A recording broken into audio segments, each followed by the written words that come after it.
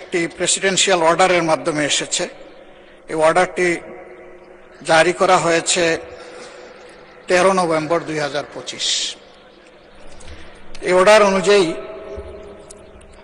এখানে 15টা নির্দেশিকা আছে।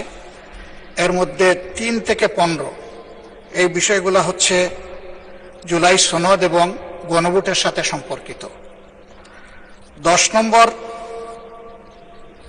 এই অর্ডারের 10 নম্বর বিষয়টা উল্লেখ করা হয়েছে পরিষদের অধিবেশন আহ্বান, কোরাম, ভোটদান ইত্যাদি সংসদ নির্বাচনের ফল ঘোষিত হওয়ার 30 পঞ্জিকা দিবসের মধ্যে যে পদ্ধতিতে জাতীয় সংসদের প্রথম অধিবেশন আহ্বান করা হইবে, অনুরূপ পদ্ধতিতে পরিষদের প্রথম অধিবেশন আহ্বান করা হইবে। আমার বিষয়টা এখানে কনসার্নের। আজকে 30তম পঞ্জিকা দিবস, কিন্তু এর মধ্যে এই অধিবেশন আহ্বান করা হয়নি। এই অধিবেশন কিভাবে আহ্বান করা হবে সেই ব্যাপারে সংবিধানের 72 অনুচ্ছেদে নির্দেশিকা রয়েছে।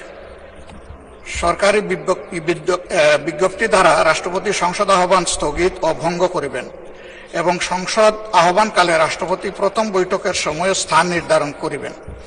তবে আরও শর্ত থাকে যে এই দফার অধীন তাহার দায়িত্ব পালনে রাষ্ট্রপতি প্রধানমন্ত্রী কর্তৃক লিখিতভাবে প্রদত্ত পরামর্শ অনুযায়ী কার্য করিবেন। উদয় সম্পন্ন করার কথা ছিল। এখন আমরা ধরে নিচ্ছি নিশ্চয়ই মাননীয় প্রধানমন্ত্রীর লিখিত পরামর্শের কারণেই রাষ্ট্রপতি এই সভা আহ্বান করেছেন। এবং এখানে বাকি যে অর্ডারগুলো আছে সেই জায়গায় পরিষ্কার বলা হয়েছে যে পদ্ধতিতে সংসদের প্রথম অধিবেশন আহ্বান করা হবে ঠিক একই পদ্ধতিতে সংবিধান সংস্কার পরিষদেরও সভা আহ্বান করা হবে। 2টা বুথে যারা নির্বাচিত হবেন তাদের ব্যাপারে এখানে আমি আগেই উল্লেখ করেছি 3 থেকে 15 পর্যন্ত বিস্তারিত তাদের দায়িত্ব এবং অধিকার সম্পর্কে কথা বলা হয়েছে। 3 নম্বরে বলা হয়েছে জুলাই জাতীয় সনদে অন্তর্ভুক্ত সংবিধান সংস্কার বিষয়ে গণভোট। জনগণের সার্বভৌম ক্ষমতা প্রয়োগের উদ্দেশ্যে এই আদেশ এবং জুলাই জাতীয় সনদের সংবিধান সংস্কার সম্পর্কিত অংশ গণভোটে উপস্থাপন করা হবে। 4 নম্বরে বলা হয়েছে গণভোটে নিম্নরূপ প্রশ্ন উপস্থাপন করা হবে। যে 4টা প্রশ্ন ব্যালটের মধ্যে ছিল সেটা আর আমি উল্লেখ করতে যাচ্ছি না। 5 নম্বরে বলা হয়েছে গণভোট অনুষ্ঠানে এই আদেশ জারির অব্যবহিত পর অনুষ্ঠিতব্য জাতীয় সংসদ নির্বাচনের দিন এই আদেশ অনুসারে গণভোট অনুষ্ঠিত হবে। এটা হয়ে গেছে। এবং গণভোটে যারা ভোট প্রয়োগ করেছেন তাদের মধ্যে প্রায় 70% মানুষ হায়ের পক্ষে ভোট দিয়ে তারা সংস্কারের পক্ষে রায় দিয়েছেন। 6 নম্বরে গণভোট অনুষ্ঠানের জন্য আইন প্রণয়ন। গণভোট অনুষ্ঠানের লক্ষ্যে নির্বাচন কমিশন কর্তৃক প্রয়োজনীয় ব্যবস্থা গ্রহণের উদ্দেশ্যে যথোপযুক্ত আইন প্রণয়ন করা হবে। এটাও হয়ে গেছে। সংবিধানের সংস্কার পরিষদ গঠন, উহার কার্যাবলী এবং বিলুপ্তি। গণভোটে উপস্থাপিত প্রশ্নের উত্তরে প্রদত্ত সংখ্যাগরিষ্ঠ ভোট সূচক হইলে এই আদেশ জারির অব্যবহিত পর অনুষ্ঠিতব্য জাতীয় সংসদের সাধারণ নির্বাচনে নির্বাচিত প্রতিনিধিগণের সমন্বয়ে একটি সংবিধান সংস্কার পরিষদ গঠিত হইবে। মাননীয় স্পিকার, এটি হয়নি এবং এর সময়সীমা আজকে শেষ। যাহা সংবিধান সংস্কার বিষয়ে সকল ক্ষমতা প্রয়োগ করিতে পারিবে।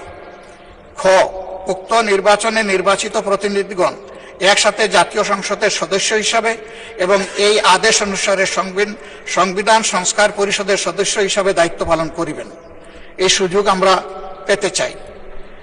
পরিষদ উহার প্রথম অধিবেশন শুরুর তারিখ হইতে 180 কার্য দিবসের মধ্যে জুলাই জাতীয় সনদ এবং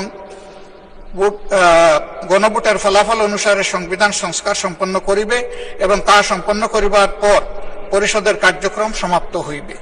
শুরুই হোক আগে, তারপরে সমাপ্ত। পরিষদের কর্মধারায় অংশগ্রহণের সময় নির্বাচিত প্রতিনিধিগণ পরিষদ সদস্য হিসাবে অভিহিত হইবেন। মানে 2টা ক্যাপাসিটিতে আমরা এখানে নির্বাচিত হয়েছি, 2টা বুথের মাধ্যমে, আলাদা আলাদা বুথ। এই আদেশের উদ্দেশ্য পূরণকল্পে পরিষদ ইহার অধিবেশন আহ্বান ও মুলতবি, সংবিধান সংস্কার বিষয়ক প্রস্তাব উত্থাপনের পদ্ধতি, উক্ত প্রস্তাব বিবেচনা ও গ্রহণ এবং অন্য সকল বিষয়ে কার্যপ্রণালী নির্ধারণ করিবে। জাতীয় সংসদ সচিবালয় পরিষদকে সাচিবিক সহায়তা প্রদান করিবেন। শপথ এবং শপথ পাঠ পরিচালনা। নির্বাচিত প্রতিনিধিগণ সংসদ সদস্য হিসাবে শপথ গ্রহণের পর একই শপথ অনুষ্ঠানে এই আদেশের তফসিলে বর্ণিত ১ অনুযায়ী পরিষদ সদস্য হিসাবে শপথ গ্রহণ করিবেন এবং অনুরূপ শপথ পত্রে স্বাক্ষর দান করিবেন। আমরা সকল বিরোধী দলীয় সদস্য ৭৭ জন আমরা এটা গ্রহণ করেছি এবং স্বাক্ষর প্রদান করেছি।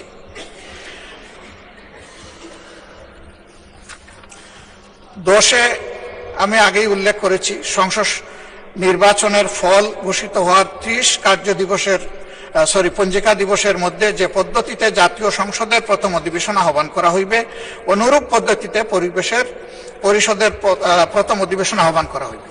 ধন্যবাদ মাননীয় বিরোধী দল নেতা, আপনার কথা আমরা বুঝতে পেরেছি।